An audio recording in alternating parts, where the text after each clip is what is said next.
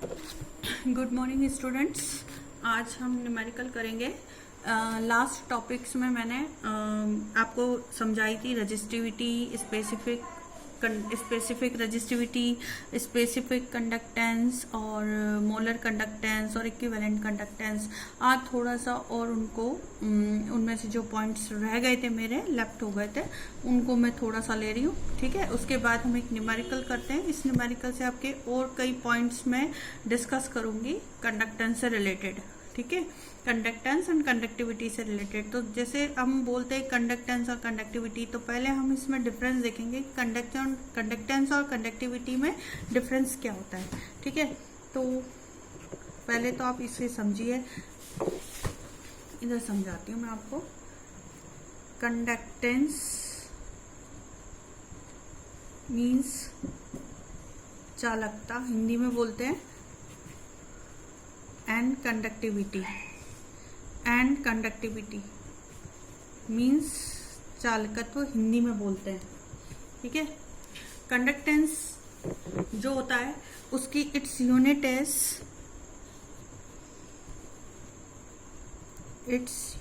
Is ohm inverse. ये ohm inverse कैसे आई? Actually में सी जो होती है conductance is the reciprocal of 1/r। Correct, conductance जो होती है रेसिप्रोकल के इनवर्सली प्रोपोर्शनल होती है। तो आर की जो वैल्यू होती है, यूनिट होती है, वो होती है ओम। तो कंडक्टेंस की क्या हो गई? ओम इनवर्स, ऐसे आया था। और कंडक्टिविटी को हम इसकी जो यूनिट होती है वो होती है ओम इनवर्स सेंटीमीटर इनवर्स और ओम इनवर्स मीटर इनवर्स। इस ओम इनवर्स के स्थान पर, in place of ohm inverse, we can use siemens भी हम यूज कर लेते हैं। तो इसको एस से रिप्रेजेंट करते हैं, तो एस सेंटीमीटर इनवर्स, और वापस से ओम की जगह हम यूज कर सकते हैं साइमन मीटर इनवर्स। ठीक है, तो ये इसकी यूनिट्स हो गई हैं। एक मेन डिफरेंस और ये होता है कि इट डिपेंड्स ऑन डायमेंशंस पे डिपेंड करती है। इट डिपेंड्स ऑन डायमेंशंस पे डिपेंड करती है। जैसे रो इजिकल टू, अब हम बोलते हैं आर एल अपॉन ए, लेंथ पे डिपेंड करेगी और उसके एरिया ऑफ क्रॉस सेक्शन पे डिपेंड करती है। बट जो कंडक्टिविटी होती है it doesn't depend on dimensions. ये डायमेंशंस पे डिपेंड नहीं करती है। ठीक है, तो ये कंडक्टेंस और कंडक्टिविटी के बीच डिफरेंस हो गया। अब यदि हम न्यूमेरिकल सॉल्व करते हैं तो हमें माइंड में दो बातें रखनी पड़ेंगी कि concentration is given in mole metre inverse cube. दो कंडीशन है। या तो कंडीशन फर्स्ट है कि कंसंट्रेशन जो है मोल मीटर इनवर्स क्यूब में दे रखी है आपको। तो ऐसे में जो 1 मोल मीटर इनवर्स क्यूब है वो इक्वल टू होता है 1000 लीटर मीटर इनवर्स क्यूब के इनटू मोलरिटी के बराबर होता है। और मोलरिटी हम ले लेते हैं वही मोल पर लीटर या मोल इनवर्स लीटर। ठीक है, इसके तो ये मल्टीप्लाई करते हैं हम 1000 से, मोलरिटी को मल्टीप्लाई करते हैं कंसंट्रेशन यदि मोल मीटर इनवर्स क्यूब में है तो। ठीक है, अब यदि मान लीजिए कंसंट्रेशन जो है, सेकंड पॉइंट, यदि हमें कंसंट्रेशन जो है इन मोल सेंटीमीटर इनवर्स क्यूब में है तो फिर 1 मोल सेंटीमीटर इनवर्स क्यूब जो है वो इक्वल टू हो जाता है molarity mole inverse litre inverse और अपॉन 1000। इसको हम डिवाइड कर देंगे फिर इस कंडीशन में, और 1000 और इसके ब्रैकेट में आ जाएगा सेंटीमीटर क्यूब लीटर इनवर्स। ठीक है, लीटर इनवर्स। तो ये बातें, ये चीज़ आपको ध्यान रखनी पड़ेगी इसमें। तो 1000 से यहाँ मल्टी को मल्टीप्लाई करोगे, मीटर के केस में और सेंटीमीटर के केस में डिवाइड करोगे। तो अब मैं बता रही हूँ 2 फॉर्मूले आपको यूज करना है मोलरिटी के केस में। जैसे लैम्डा एम है, यदि कंसंट्रेशन किस में दी हुई है, मोल मीटर इनवर्स क्यूब में दी हुई है, तो इसका फॉर्मूला हो जाएगा, हम एक बात और कहेंगे, मोलर कंडक्टिविटी जो है वो जो बराबर होती है कापा इंटू वी के होती है, और जो वॉल्यूम होता है वो 1/c होता है, यानी कंसंट्रेशन का इन्वर्सली प्रोपोर्शनल होता है वॉल्यूम। तो लैम्डा एम हम इसे ये भी लिख सकते हैं, lambda M is equal to kappa upon C, correct. अब कंसंट्रेशन यदि मीटर क्यूब में है, इफ कंसंट्रेशन जो है वो मोल मीटर इनवर्स क्यूब में है, तो लैम्डा एम का जो फॉर्मूला हो जाएगा वो हो जाएगा कापा, और सी की जगह जो हम रखेंगे मीटर क्यूब के केस में 1000 इंटू मोलरिटी रखेंगे। ये बात आपको ध्यान में रखनी पड़ेगी न्यूमेरिकल करते टाइम, ठीक है। और यदि इफ कंसंट्रेशन जो है वो मोल सेंटीमीटर इनवर्स क्यूब में है, तो लैम्डा एम की जो वैल्यू हो जाएगी, मैं इसे ब्रैकेट में लिख देती हूँ, जो दोनों फॉर्मूले ध्यान रखने हैं, ठीक है। तो लैम्डा एम इक्वल टू हो जाएगा कापा अपॉन सी की जगह, कंसंट्रेशन की जगह हम रखेंगे मोलरिटी अपॉन 1000, तो मोलरिटी तो नीचे आ जाएगी और 1000 ऊपर चला जाएगा, 1000 कापा इंटू 1000 अपॉन एम। तो ये फॉर्मूलेज आपको दोनों अप्लाई करने हैं। अब इन दोनों फॉर्मूले के बेस पे मैं क्वेश्चन करा रही हूँ, न्यूमेरिकल करा रही हूँ।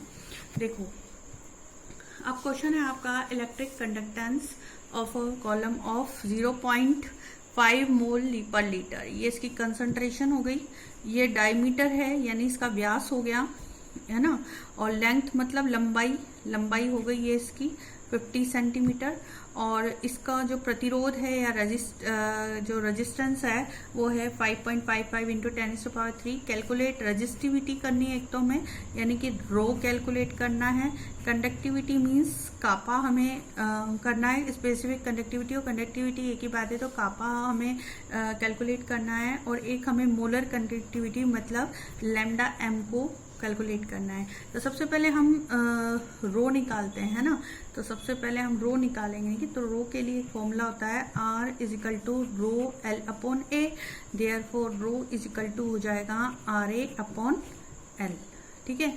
अब हम R क्या है यहाँ पे, R हमको गिवन है, कितना दे रखा है ओम में, देखो ऊपर 5.55 इंटू 10⁻³ ओम, तो हम रख देते हैं 5.55 इंटू 10⁻³ ओम।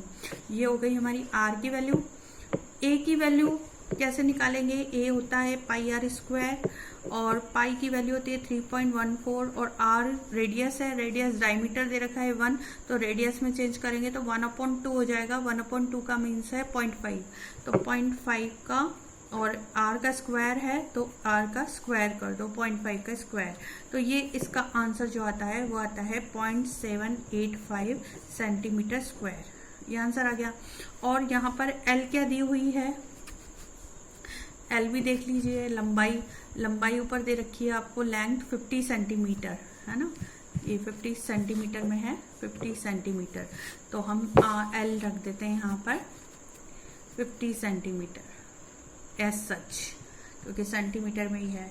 अब हम सारी वैल्यू रख देते हैं। तो फर्स्ट हमें कैलकुलेट करना था रो, तो RA अपॉन L, तो R की जगह 5.55 इंटू 10⁻³ A की वैल्यू हमने निकाली ली 0.785, और L की वैल्यू भी हमने दे रखी है, गिवन है 50। मैंने जब इसे कैलकुलेट किया कैलकुलेटर से, तो इसका आंसर आया 87.135 ओम सेंटीमीटर, ये आंसर आ गया।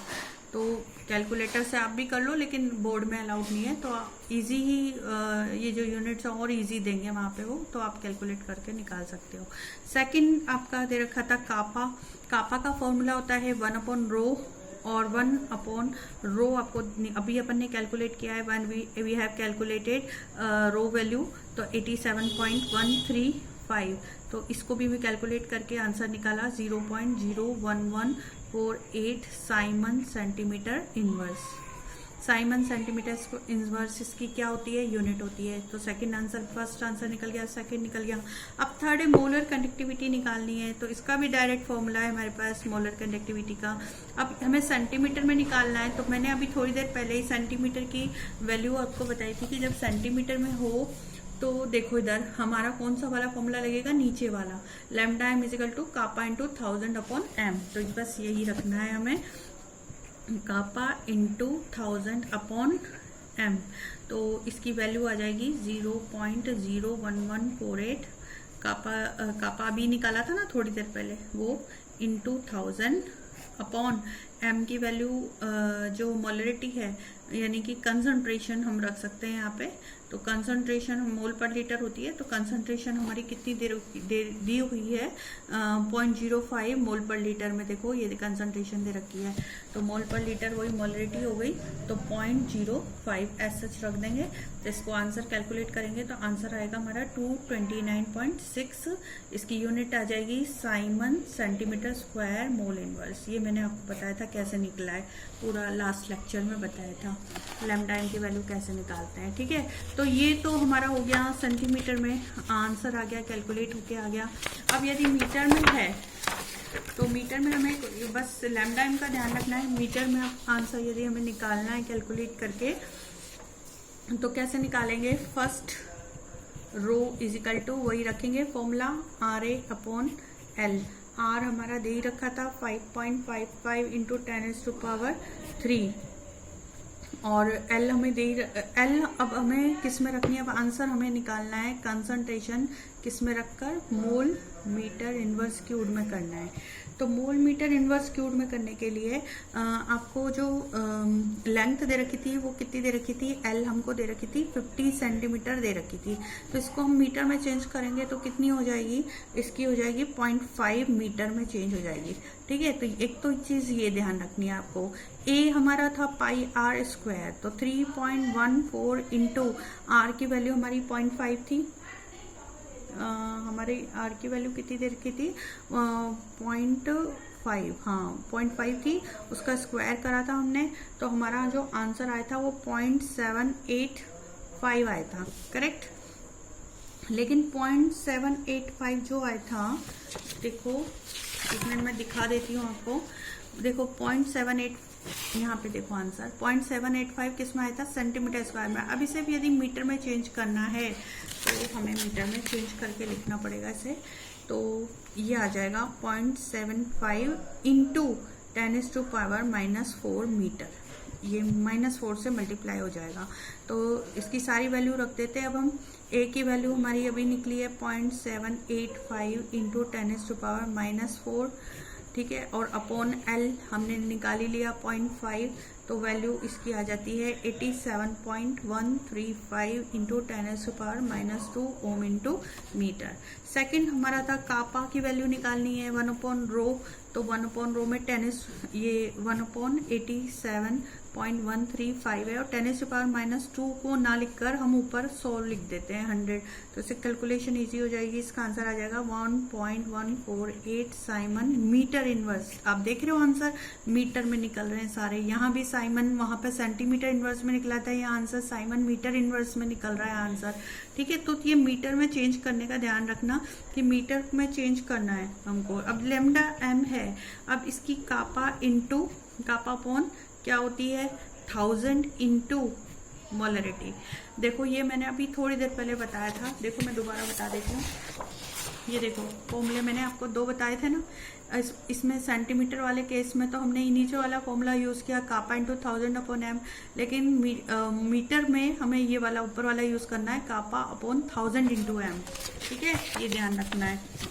तो कापा अपॉन 1000 इंटू एम, तो हमारी वैल्यू जो आ जाएगी वो आ जाएगी 1.148, तो हमने कापा भी निकाल ही लिया है, और 1000 इंटू और कंसंट्रेशन कितनी दे रखी है 0.05, तो 0.05 को मल्टीप्लाई करोगे तो 1.148 अपॉन ये पॉइंट हटाओगे और 100 लगाओगे तो 2 जीरो से 2 जीरो कैंसिल हो जाएंगे तो 50 आ जाएगा। करेक्ट। इसको पॉज करके थोड़ा सा देख लेना कैसे आया 50। तो 50 से आप डिवाइड करोगे तो इसका आंसर आ जाएगा आपका 229.6 इंटू 10⁻⁻4 और आ जाएगा siemens metre square mole inverse. ये इसका आंसर आ जाएगा। ठीक है, तो इस तरह से क्वेश्चन कर लेते हैं कंडक्टिविटी के। ठीक है, तो एक चीज और ध्यान रखना कि जो 1 siemens metre square mole inverse हमारे आता है, इसको यदि हमें सेंटीमीटर में चेंज करना है तो 10⁻⁴ Simon centimetre square mole inverse के बराबर होता है। और यदि हम ले रहे हैं 1 Simon centimetre square mole inverse तो ये बराबर होता है 10⁻⁻4 Simon centimetre square mole inverse के। तो ये चीज़ ध्यान रखना। तो मैंने यहाँ पे 10⁻⁻4 से मल्टीप्लाई इसीलिए किया था। ठीक है, कि जब हम मल्टीप्लाई सेंटीमीटर स्क्वायर को हम इसमें चेंज करते हैं, यहाँ पे मीटर स्क्वायर आएगा, सॉरी, सेंटीमीटर स्क्वायर को जब हम मीटर स्क्वायर में चेंज करते हैं तो 10⁻⁻4 से हम मल्टीप्लाई करते हैं। ठीक है, तो ये ध्यान रख लीजिएगा, स्क्रीनशॉट कर लेना आप। ये वाला जो फॉर्मूले हैं दोनों, एक तो इसको स्क्रीनशॉट कर लेना और एक मैंने ये जो स्टार्टिंग में पूरा बताया है इसको भी सारे को स्क्रीनशॉट करके रख लीजिएगा क्योंकि बहुत इंपॉर्टेंट है, ये आपके अंडरस्टैंडिंग के लिए है ओनली। ठीक है, एक क्वेश्चन और कर लेते हैं। ये क्वेश्चन है छोटा सा, इक्विलिब्रियम कांस्टेंट निकालना है इस गिवन रिएक्शन का। तो इक्विलिब्रियम कांस्टेंट का जो फॉर्मूला होता है डायरेक्ट फॉर्मूला बेस्ड क्वेश्चन है ये, तो इसमें कोई प्रॉब्लम तो होनी नहीं चाहिए। अपना पास जो फॉर्मूला है वही यूज करना है इसके अंदर। ठीक है, तो डेल्टा जी इजिकल टू होता है -NF E naught cell. Correct. इसका एक फॉर्मूला और होता है, ये इसमें डेल्टा जी नहीं इक्विलिब्रियम कांस्टेंट निकालना है, तो इसका तो जी की तो वैल्यू की जरूरत ही नहीं है, तो हम सीधे ई नोड पे आ जाता हूँ, ई नोड वाले फॉर्मूले पे। ई नोड सेल जो होता है वो इक्वल टू होता है 0.059 अपॉन 2 log Kc। ये 2 क्यों लिखा मैंने n की जगह, क्योंकि यहाँ पे 2 इलेक्ट्रॉनों का एक्सचेंज हो रहा है तो 2 रख दिया, log Kc होता है। ठीक है, और ई नोट सेल हमारा गिवन है कितना है 0.46, तो 0.46 is equal to 0.059 upon 2 log Kc। अब log Kc बराबर हो जाएगा 0.46 2 से मल्टीप्लाई हो जाएगा 2 अपॉन 0.059, तो आंसर इसका लगभग आ जाएगा 15.6। अब Kc की यदि हमें वैल्यू निकालनी है तो इसकी लॉग टेबल में हम इसका आंसर देख लेंगे, आंसर आएगा 3.92 इंटू 10⁻15। तो ऐसे डायरेक्ट जो फॉर्मूला बेस्ड क्वेश्चंस हैं वो भी न्यूमेरिकल्स आप कर सकते हो। तो इनको थोड़ा पॉज करके और स्क्रीनशॉट्स लेकर और अपनी कॉपी में नोट डाउन कर लेना। Okay, thank you very much.